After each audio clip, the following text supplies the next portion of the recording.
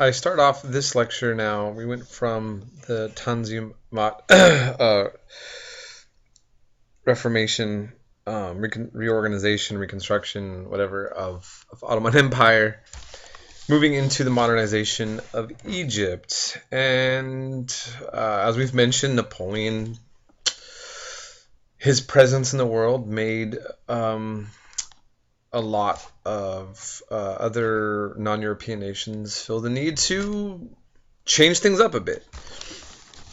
The rise of Muhammad Ali. So we know the Muhammad Ali, the boxer, right? Okay, well, this is the other Muhammad Ali. Um, he was sent in the Ottoman Empire to resist Napoleon's invasion, and he ends up rising to prominence and appointed as the viceroy of the Ottoman Empire in Egypt. And to give you an idea, I want to go back to this idea of the multi-ethnic nature of many empires, but also the Ottoman Empire. It's believed that he was probably maybe of Albanian origin, but in any case, he's sent there with a mission, and he effectively became Egypt's ruler from 1805 until 1848. And despite the fact that he looks like, I mean, he wasn't dressing in this picture here like a modern European. He was a modernizer, okay? And so what does he do? First of all, he gets rid of all of his political opposition through violence. He massacres the Mamluks, and that's also kind of like the slave corps that are kind of similar to the Janissaries.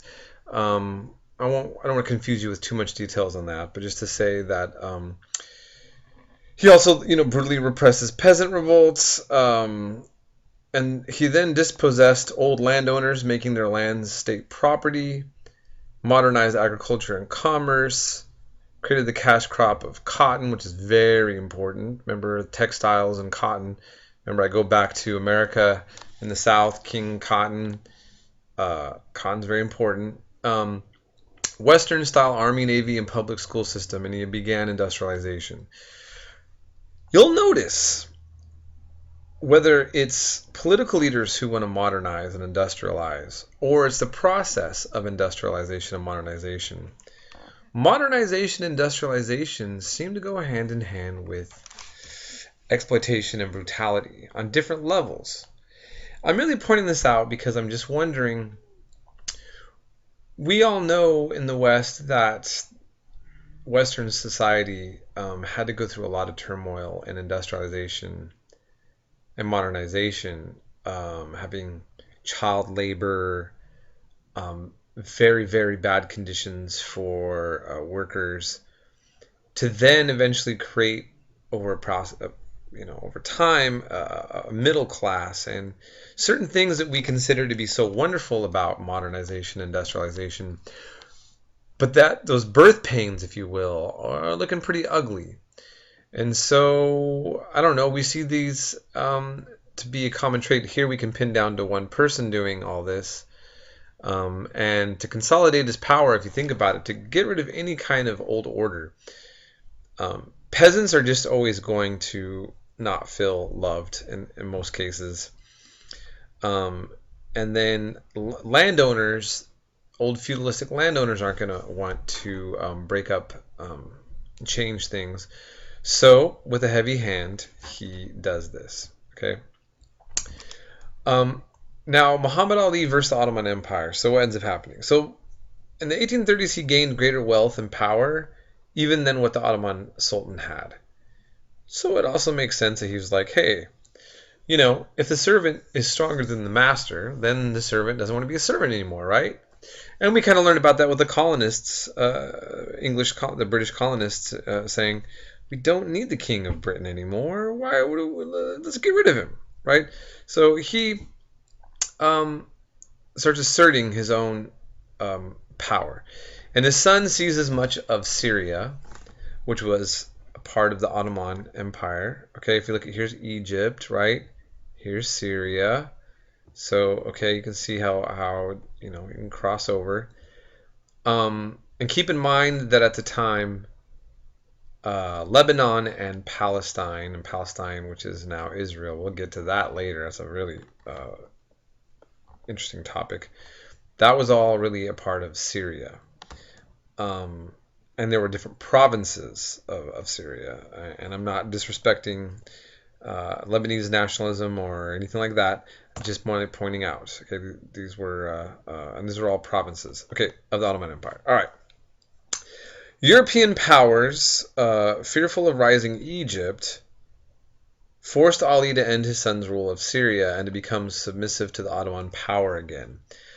And here we go. Think about this. European powers getting involved in the Middle East and Africa, siding with the Ottoman Empire, who's been like the sworn enemy forever, right? Because there's this interest in balance of powers, and I'm hoping you hear me. That these things start clicking in your head to look at these patterns, because it'll make you much less naive about the way politics actually operates in the world, as opposed to the way what we see just being said by politicians. Now, again, I could be wrong on this, but I think, history giving us some details on how these things work, right? So Britain compels Ali to remove protective tariffs placed on Western industrial goods. Okay, here's some of the interests. What are the interests? That's what I always say when a foreign policy adventure happens and they say, we're going in somewhere. I always question, what's the interests? I think it's a fair question, right? So, and then what happens? Egyptian local producers were undercut.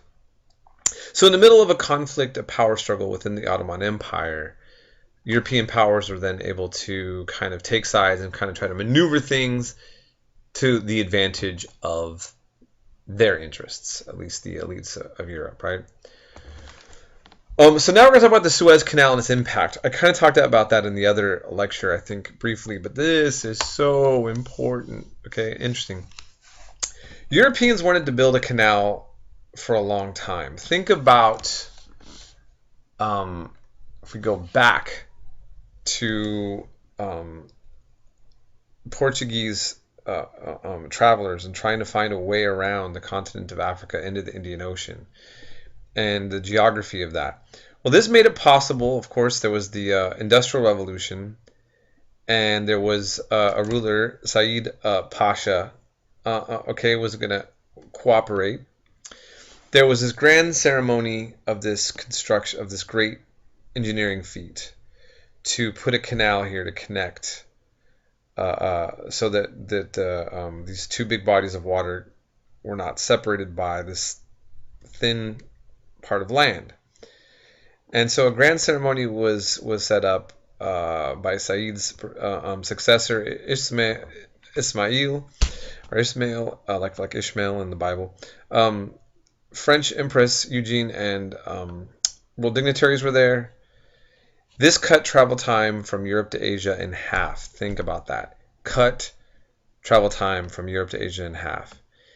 Egypt owned 44% of the shares. 6 years later, the ruler sold to the British.